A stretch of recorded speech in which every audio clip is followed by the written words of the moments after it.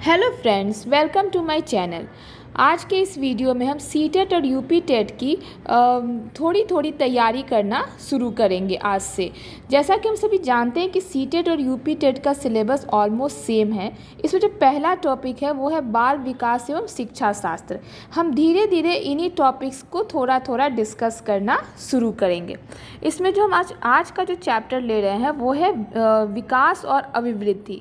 हम आज के इस वीडियो में पहले विषय वस्तु को समझेंगे और फिर उस विषय वस्तु से संबंधित जो प्रीवियस ईयर क्वेश्चंस हैं उनको हम डिस्कस करेंगे।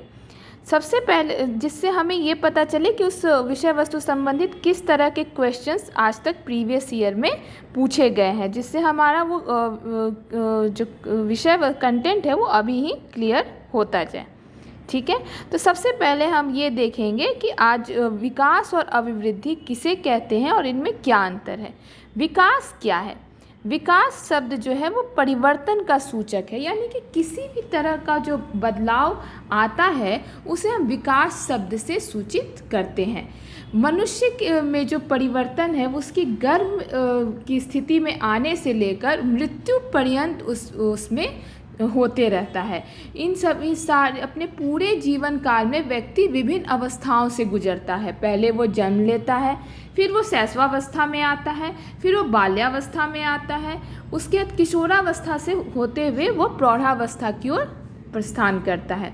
इन सभी अवस्थाओं में जो भी उसमें परिवर्तन आते हैं उन सभी परिवर्तन को ही समुचित रूप से विकास का नाम दिया जाता है। स्किनर जो अमेरिकी शिक्षाविद थे, उन्होंने विकास को परिभाषित करते हुए कहा भी है, development is a continuous and gradual process. आप चाहें तो इसे हिंदी में लिख भी सकते हैं कि विकास जो है वो एक सतत और क्रमबद्ध प्रक्रिया है। अब हम देखते हैं अभिवृद्धि क्या है। शरीर की कोशिकाओं में जो गुणात्मक वृद्धि होती है उसे ही अभिवृद्धि कहते हैं। जैसे ऊंचाई और चौड़ाई, हाथ पैर का बढ़ना, बालों का बढ़ना, इसे ही हम अभिवृद्धि के नाम से जानते हैं। फ्रैंक ने इसे परिभाषित करते हुए कहा भी है कि शरीर के किसी विशेष पक्ष में जो परिवर्तन आता है उसे हम वृद्धि कहते हैं। और जो विकास है वो इन्हीं सभी जो अभिवृद्धियाँ हमारे शरीर में होती हैं उन्हीं का संगठित रूप ही विकास है। इसलिए हम एक तरह से कह सकते हैं कि अभिवृद्धि जो है वो विकास का एक हिस्सा है। और जो ये सभी जितने भी तरह के मनुष्य के शरीर में जो ये कोशिकाओं में या जो मल्टीपल सेलुलर जो ग्रोथ होता है वो विकास का ही एक हिस्सा है। अब हम देखते हैं कि अभिवृद्धि और विकास में क्या अंतर है। वृद्धि का जो स्वरूप होता है वो बाह्य होता है, यानी कि हमारे शरीर के बाहरी स्वरूप में जो परिवर्तन होता है वो सभी वृद्धि के अंतर्गत आता है। लेकिन विकास का जो स्वरूप होता है वो बाह्य के साथ साथ आंतरिक भी होता है, यानी कि हमारे शरीर के जो बाहरी हिस्सों में परिवर्तन तो आ ही रहा है, लेकिन हमारे मन के अंदर क्या परिवर्तन आ रहा है, हमारे व्यवहार में क्या परिवर्तन आ रहा है, हमारे संवेगों में क्या परिवर्तन आ रहा है, हमारे इमोशनली हम कितना चेंज हो रहे हैं, किस अवस्था में, ये सभी विकास के अंतर्गत आता है। वृद्धि जो है वो निश्चित आयु के पश्चात रुक जाती है। जैसा कि हम देखते हैं कि चाहे वो लड़का हो या लड़की, मनुष्य जाति एक निश्चित उम्र के बाद आके उनका शरीर का बढ़ना रुक जाता है, यानी कि उनकी जो कोशिकाओं की जो वृद्धि है, उनकी लंबाई, ऊंचाई, बालों का बढ़ना, इसमें एक रुकावट आ जाती है। लेकिन विकास जो है वो जीवन पर्यंत चलता रहता है। कभी इसकी दर कम ज़्यादा हो सकती है, इसमें तो कभी तेज़ी से विकास होता है, कभी धीमे होता है, लेकिन ये चलता जीवन भर है। यानी कि एक मनुष्य जब जन्म लेता है, जब तक उसकी मृत्यु नहीं होती तब तक उसमें विकास की प्रक्रिया उसके जीवन में चलती रहती है। वृद्धि का जो अर्थ है वो बहुत संकुचित होता है, यानी कि वृद्धि शब्द को हम बहुत ही छोटे रूप में उसका प्रयोग करते हैं। एक तरह से हम कह सकते हैं कि विकास के अवयवों में से ही एक है, यानी कि वृद्धि जो है विकास का ही एक भाग है। लेकिन विकास शब्द का प्रयोग एक व्यापक अर्थ में किया जाता है, यानी कि हमारे मनुष्य का शारीरिक के साथ उसके संवेगात्मक, सामाजिक, मानसिक, बौद्धिक हर तरह के परिवर्तन को समुचित रूप से विकास का नाम दिया जाता है। वृद्धि जो है वो शरीर के किसी विशेष पक्ष में आए परिवर्तन को कहते हैं, लेकिन विकास जो है वो बहुपक्षीय होता है, या एक तरह से कह सकते हैं बहुआयामी होता है।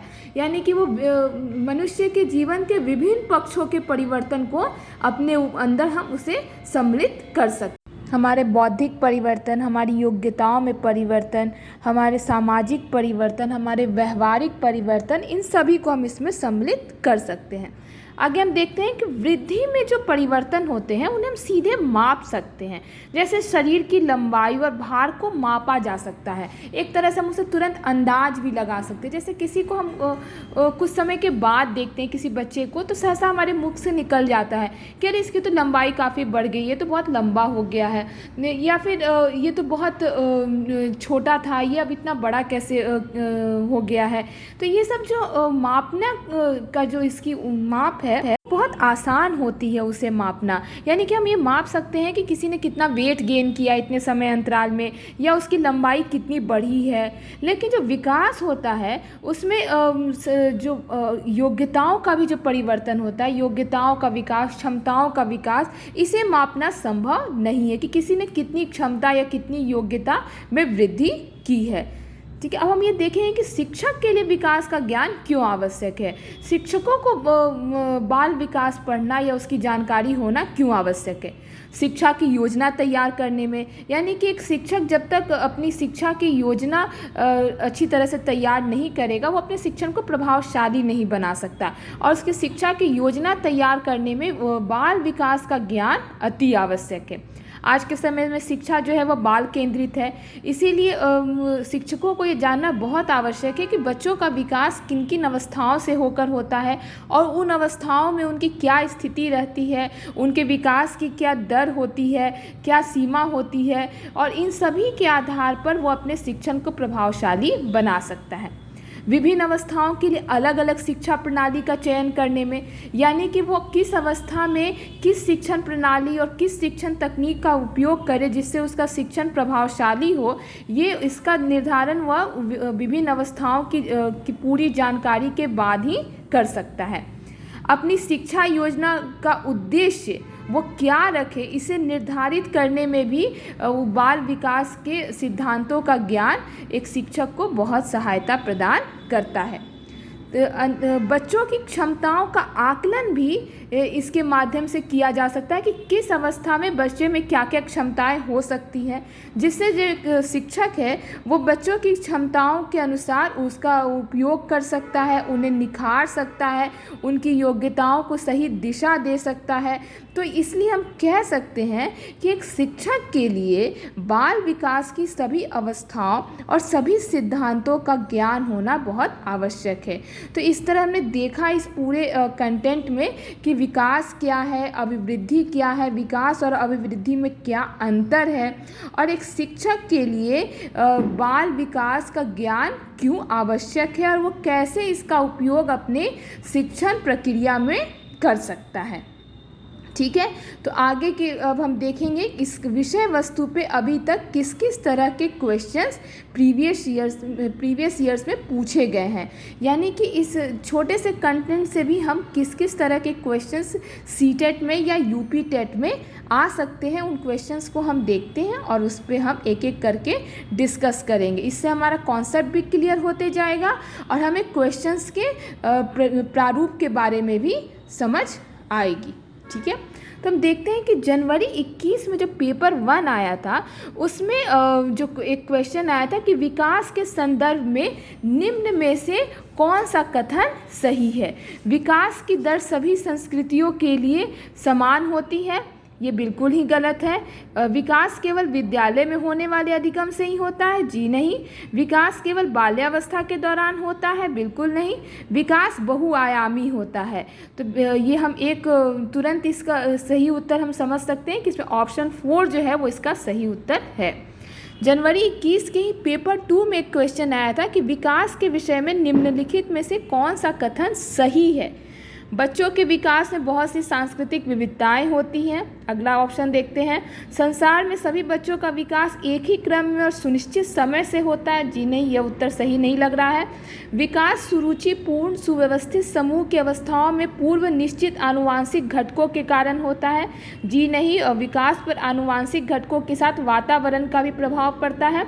विकास एक सतत और एक दिशा प्रक्रिया है। जी नहीं, यह भी ऑप्शन गलत है। तो इससे हम देखते हैं कि इसमें एक ही ऑप्शन सही है जो विकास के विषय में सही है, वो है बच्चों के विकास में बहुत सी सांस्कृतिक विविधताएं होती है। अगला देखते हैं, दिसंबर 19 में जो पेपर 1 में एक क्वेश्चन आया था कि निम्नलिखित में से कौन सा विकास का सिद्धांत नहीं है। विकास नहीं है, विकास जीवन पर्यंत होता है। हम ये जान चुके हैं कि विकास मनुष्य के जीवन भर उसका विकास की प्रक्रिया चलती है। विकास परिवर्त्य होता है, यानी उसमें परिवर्तन होते रहता है। हाँ, मनुष्य की क्षमताओं में बढ़ोतरी या उनकी क्षमताओं में कमी होते रहती है। विकास आनुवंशिकता एवं पर्यावरण दोनों के द्वारा प्रभावित होता है, यह भी सही है। विकास सार्वभौमिक है तथा सांस्कृतिक संदर्भ इसे प्रभावित नहीं करते, यह विकास के संदर्भ में यह बात सही नहीं है। इसलिए इसका उत्तर जो है वो ऑप्शन 4 होगा कि निम्नलिखित में से कौन सा विकास का सिद्धांत नहीं है। अगर आपको ये वीडियो इन्फॉर्मेटिव लगा हो या किसी तरह से आपके लिए हेल्पफुल रहा हो तो प्लीज़ मेरे चैनल को लाइक, शेयर एंड सब्सक्राइब करें। हम ऐसे ही छोटे छोटे वीडियो में छोटे छोटे कंटेंट्स को डिस्कस करेंगे और उस पर आधारित क्वेश्चंस को भी हम डिस्कस करेंगे। धन्यवाद।